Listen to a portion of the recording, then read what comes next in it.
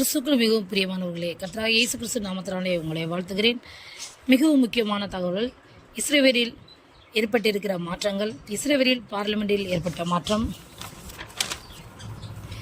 இஸ்ரவேல் பிரதிநிதிகள் யாரை சந்தித்திருக்கிறார்கள், வேத வசனத்தின் தீர்க்கதரிசனங்கள் எப்படியாய் நிறைவேறுகிறது என்பதை குறித்து இந்த காணொளியில் நாம் விரிவாக பார்ப்போம், ஆதாரத்தோடு பார்ப்போம்.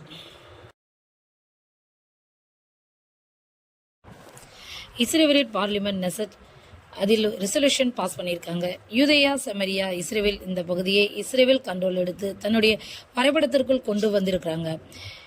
யூதேயா சமரியர்கள் என்றால் பாலஸ்தீனர் ஒரு பகுதியில் குடியிருப்பாங்க. இது 1967ஆம் ஆண்டு அவர்களுக்கென்று தனியாக கொடுக்கப்படுகிறது. 1948 அவர்கள் இஸ்ரேல் பிரதமர் பேச்சை கேட்காமல் வெளியே போயிருக்காங்க. 70 வருஷமாக அவர்கள் இருப்பதால் தங்களுடைய நாடாக ஐநா ரெசல்யூஷன் பண்ணியிருக்காங்க. இதை இஸ்ரேல் எதிர்த்துக்கொண்டே இருக்கும். இதுவும் எங்கள் இடம்தான், நாங்கள் இருப்பதற்குத்தான் அனுமதி கொடுத்திருந்தோம், எப்படி சொந்தமாக்க முடியும்? இஸ்ரேல் எங்களை விரட்டிவிட்டது என்று பாலஸ்தீனம் சொல்லுது. யூதேயா சமரியா பாலஸ்தீன நாடாகிறது. இஸ்ரேல் பார்லிமெண்டில் ஒரு ரெசல்யூஷன் பாஸ் பண்ணியிருக்காங்க. இதற்கு முழு ஆதரவு 120 பேரில் 84 பேர் மட்டும் கலந்து கொண்டிருக்கிறார்கள். 77 பேர் ஆதரவு தெரிவிச்சிருக்காங்க, 13 பேர் எதிர்ப்பு தெரிவிச்சிருக்காங்க. யூதேயா சமரியா பாலஸ்தீனம் தன் பக்கம் இழுக்கணும், குடியேறணும் சட்டம் இயற்றப்பட்டது. யூகேயில் உள்ள முக்கியமான ஆட்கள் 2 ஸ்டேட் சொல்யூஷன்ஸ், எருசலேமை 2ஆக பிரிப்பது, பாதி பாலஸ்தீனருக்கு என்று சொல்றாங்க. யூதேயா சமரியா நாடே கிடையாது, எங்களுக்கு சொந்தம் என்று சொல்றாங்க இஸ்ரேல். மத்தேயு 24 யூதேயாவில் இருக்கிறவர்கள் மலைகளுக்கு ஓடிப்போங்கள் என்று வசனம் சொல்லுகிறது. அப்பவென்றால் இஸ்ரேலுடைய கொடி அங்கே இருக்கிறது என்று அர்த்தம். சமரியா என்பது ஏற்கனவே இஸ்ரேலின் ஒரு பகுதியாக இருந்ததுதான். சமரியா தலைநகராக கூட இருந்தது. கோத்திரங்கள் பிரிக்கப்படும் போது ஒரு கோத்திரத்துக்கு சமரியா தலைநகரமாக இருந்தது. இதனால் தான் அவர்கள் தன் வசமாக கொண்டு வர வேண்டும் என்று நினைக்கிறார்கள்.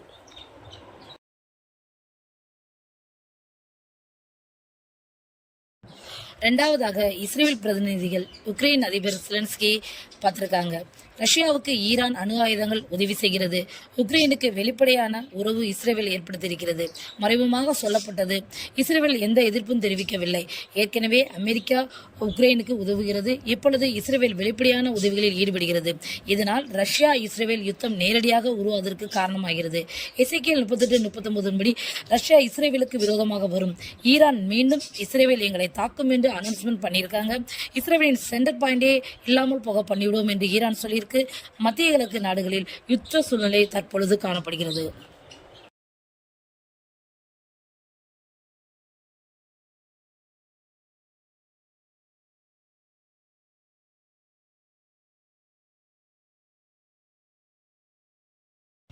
வேத வசனத்தின் மூலம் சொல்லப்படுகிற தீர்க்கதரிசனங்கள். ஏசாயா 14:29, உன் வேரை பஞ்சத்தினாலே சாக பண்ணுவேன், உன்னில் மீதியானவர்களை அவன் கொன்று போடுவான்.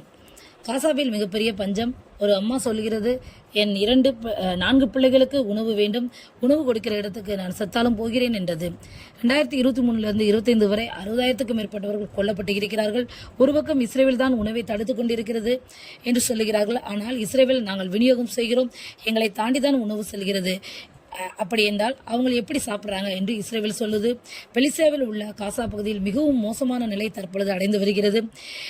இஸ்ரேல் பாலஸ்தீனத்தை விட, அந்த சண்டையை விட ரட்சிப்பு மிகவும் முக்கியம், சமாதானம் மிகவும் முக்கியம். இலங்கைக்காக ஒரு காலத்தில் நாம் ஜெபித்தோம், சண்டைகள் நிறுத்தப்பட்டது.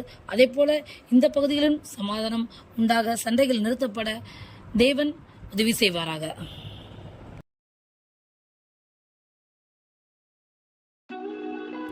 இதே போன்ற தவறுகளை நீங்கள் தொடர்ந்து போவதற்கு இந்த சேனலை தொடர்ந்து பாருங்கள், சப்ஸ்கிரைப் செய்து கொள்ளுங்கள். இது உங்களுடைய ஆவிக்குரிய வாழ்க்கைக்கு பிரயோஜனமாக இருக்கும், நீங்கள் ஜெபிப்பதற்கும் ஏதுவாக இருக்கும். தேவன் தான் உங்களை ஆசீர்வதிப்பாராக. ஆமென்.